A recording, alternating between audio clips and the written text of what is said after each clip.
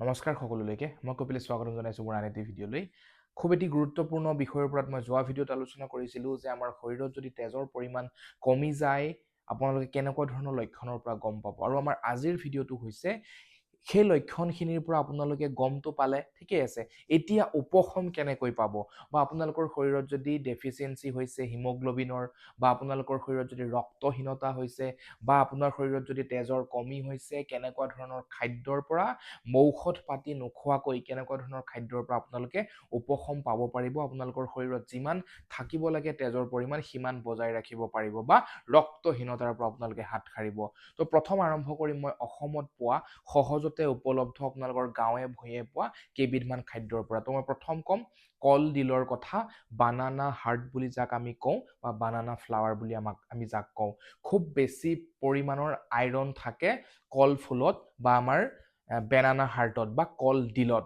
ধৰক কিছুমানে কলডিল কয় কিছুমানে কল ফুল কয় ঠাই ভেদে বেলেগ বেলেগ তো খুব এটা গুৰুত্বপূৰ্ণ আমাৰ খাদ্য হৈ গ'ল কলডিল বেনানা হাৰ্ট নেক্সট মই আপোনালোকক ক'ম পালেং শাক স্পিনেটছ আমাৰ স্পিনেটছ খুব ভাল হয় তাত আইৰণ বহুত প্ৰচুৰ পৰিমাণে পোৱা যায় আৰু লগত কেলছিয়াম থাকে যি আপোনালোকৰ শৰীৰৰ বাবে বহুত ভাল আৰু তেজ বৃদ্ধি কৰিবৰ কাৰণে বহুত ভাল তৃতীয়ত মই ক'ম মৰিচা শাক যাক আমাৰ এমাৰেন্থ বুলি কোৱা হয় মৰিচা শাকক মৰিচা শাক দুইবিধ হয়তো লোৱাৰ আছামত ইয়াক ডাঠা শাক বুলি বহুতে কয় আৰু আমাৰ আপাৰ আছামত সাধাৰণতে ব্যৱহাৰ হয় মৰিচা শাক বুলি পাতবিলাক ৰঙা ৰঙা আপোনালোকে দেখিলেই চিনি পাব খুব ভাল আইৰণৰ পৰিমাণ প্ৰচুৰ পৰিমাণে পোৱা যায় যাৰ ফলত আপোনালোকৰ শৰীৰত খুব ভাল তেজ বৃদ্ধি কৰাত সহায় কৰিব মই চতুৰ্থত ক'ম তিল চেচাম তিলত আপোনালোকে তিলৰ লাডু কৰি খাব পাৰে বহুতে তিল চিকেন বনাই খায় আপোনালোকে তিল খাব তিলত প্ৰচুৰ পৰিমাণে আইৰণ পোৱা যায় যি আপোনালোকক সহায় কৰিব আপোনালোকৰ শৰীৰত তেজ বৃদ্ধি কৰাত বা ব্লাড বেছিকৈ অহাত সহায় কৰিব বা হিমোগ্লোবিন ডেফিচিয়েঞ্চি বা ৰক্তহীনতাৰ পৰা আপোনালোকক বচাব নেক্সট আপোনালোকক মই ক'ম ভীমকল বা কাচকল ভীমকল হয়তো আজিকালি বহুতে খাবলৈ এৰিয়েই দিছে তো খুব ভাল তেজ বৃদ্ধি কৰিবৰ বাবে ভীমকলৰ লগত আমাৰ কাচকল আপোনালোকে খাবই কাচকল আপোনালোকে এটা কথা মন কৰিবচোন যিবিলাক খাদ্য বা পাচলি বা ফল মূল কাটি যেতিয়া আপোনালোকে খোৱাৰ আগত বা বনাবলে বা খাবলৈ লওঁতে যেতিয়া কাটিব দেখিব আপোনাৰ হাতখন কলা ধৰণৰ হৈ গৈছে বা যিখিনি পানীৰে ধুব সেই পানীখিনি কলা বৰণৰ হৈ গৈছে আপুনি তাতেই গম পাব যে সেই খাদ্য শাক পাচলি বা ফল মূল বিধত আইৰণৰ পৰিমাণ বহুত বেছি আছে আপুনি কলডিল কাটোতে দেখিব হাতখন কলা হৈ যায় কাচকল কাটোতে দেখা পাব পানী বা হাতখন কলা হৈ যায় আমি তাৰ পৰাই প্ৰেডিক্ট কৰিব পাৰোঁ যে তেনেধৰণৰ খাদ্যত আমাৰ কি থাকে প্ৰচুৰ পৰিমাণৰ আইৰণ থাকে আৰু যি আমাৰ তেজ বৃদ্ধি কৰাত বহুত বেছিকৈ সহায় কৰে তো ফল মূল আৰু অন্যান্যৰ ক্ষেত্ৰত যদি মই আপোনালোকক ক'ম আমলখিত ভিটামিন চি থাকে আৰু ভিটামিন চিয়ে কি কৰে আইৰণ হজম কৰাত বহুত সহায় কৰে বা আইৰণ এবজৰ্পশ্যন হোৱাত বহুত বেছিকৈ সহায় কৰে তো আপোনালোকে আমলখি খাব কাৰণ আমলখিত ভিটামিন চি থাকে যি আইৰণ শোষণ কৰাত সহায় কৰে খুব এটা গুৰুত্বপূৰ্ণ কথা গুড় জেগাৰী আপোনালোকে খাব চেনিৰ পৰা আমাৰ যিটো গুড় বা কুঁহিয়াৰ পৰা আমাৰ যিটো গুড় বনোৱা যায় তো মই চেনিৰ কথা কোৱা নাই গুড় আপোনালোকে খাব পাৰে গুড়ে আপোনালোকক তেজ বৃদ্ধি কৰাত সহায় কৰিব ডালিম পমাগ্ৰেনেট আপোনালোকে খাব পাৰে ডালিমটো আপোনালোকে যেতিয়া খাবলৈ কাটে তাৰপিছত দেখিবচোন আপোনালোকৰ হাতখন কলা ধৰণৰ আৱৰণ আহি যায় তো ডালিমতো আমাৰ প্ৰচুৰ পৰিমাণৰ কি পোৱা যায় আইৰণ পোৱা যায় যি আপোনালোকক সহায় কৰিব তেজ বৃদ্ধি কৰাত মটৰ মাহ বা বুট মাহত আপোনালোকে আইৰণৰ পৰিমাণ যথেষ্ট পায় খাব খুব ভাল তেজ বৃদ্ধি কৰিবৰ কাৰণে এতিয়া কেইটামান গুৰুত্বপূৰ্ণ টিপছৰ যদি মই আপোনালোকক কথা কওঁ প্ৰথম ক'ব লাগিব ভিটামিন চিৰ গুৰুত্ব আপুনি যদি তেজ বৃদ্ধি কৰাব বিচাৰিছে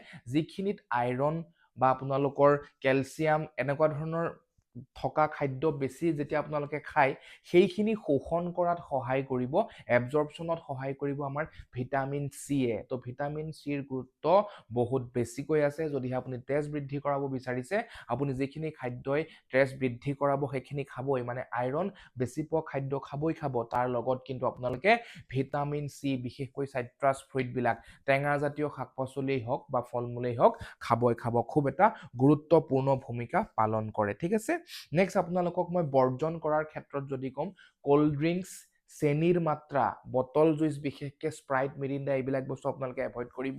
জাংক ফুড আপোনালোকে এভইড কৰিব। এলকহল, স্মকিং, গুটকা, তামোল পাণ, চাধা এইবিলাক আপোনালোকে কমপ্লিটলি এভইড কৰিব।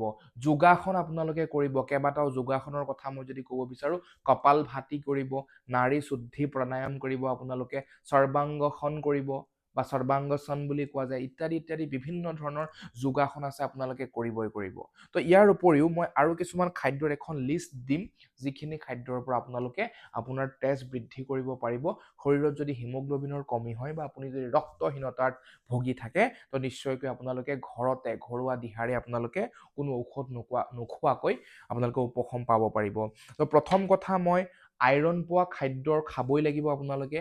লগত যিবিলাক খাদ্যৰ পৰা আপোনালোকে ভিটামিন B9 আৰু B12 পায়, ভিটামিন B9 আৰু B12 বেছিকৈ পায়, তেনেকুৱা ধৰণৰ খাদ্যবোৰ আপোনালোকে বেছিকৈ খাব লাগিব। তৰমুজ খাব।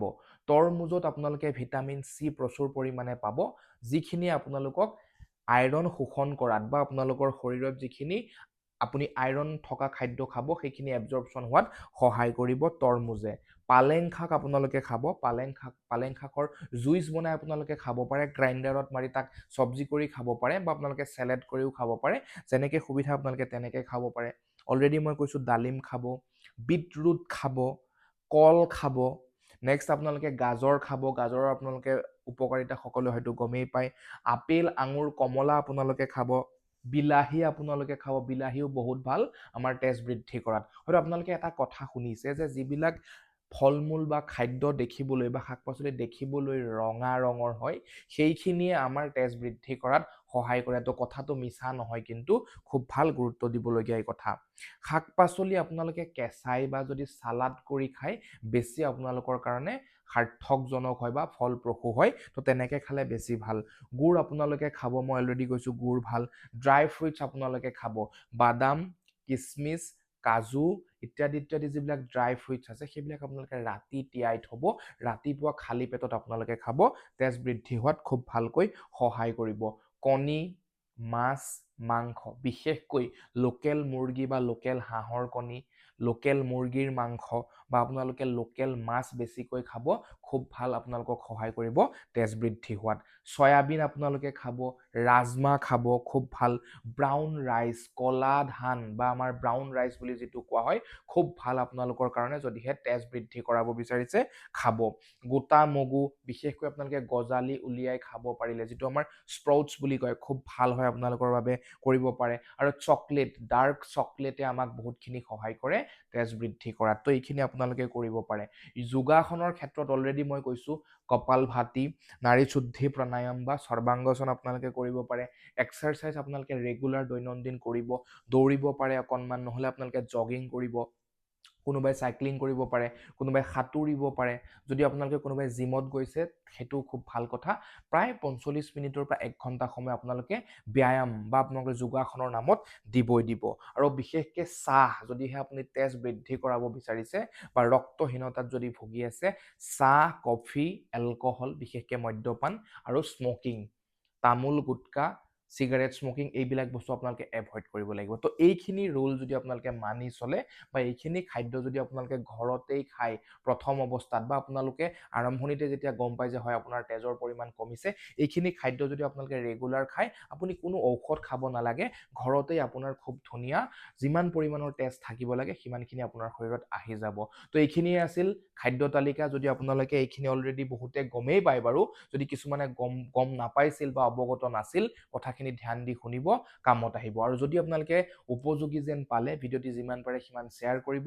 কেনেকুৱা বিষয়ৰ ওপৰত ভিডিঅ' লাগে মোক কমেণ্ট ডাউন কৰি জনাব, আৰু এই ভিডিঅ'টো কেনেকুৱা পালে মোক সেইটো কমেণ্ট ডাউন কৰি জনাব, কাৰণ আপোনালোকৰ এটা কমেণ্টে মোক বহুত উৎসাহিত কৰি তোলে আৰু অনুপ্ৰেৰণা দিয়ে আৰু ভাল ভাল কাম কৰি আগবাঢ়ি যাবলৈ। তো নিজৰে সন্তান, দাদা, ভাইটি বুলি যিমান পাৰে মৰম যাচিব, ভিডিঅ'টো শ্বেয়াৰ কৰিব, কনজুচি নকৰাকৈ ছাবস্ক্ৰাইব কৰিবলৈ নাপাহৰিব। তো ধন্যবাদ থাকিল, আকৌ লগ পাম।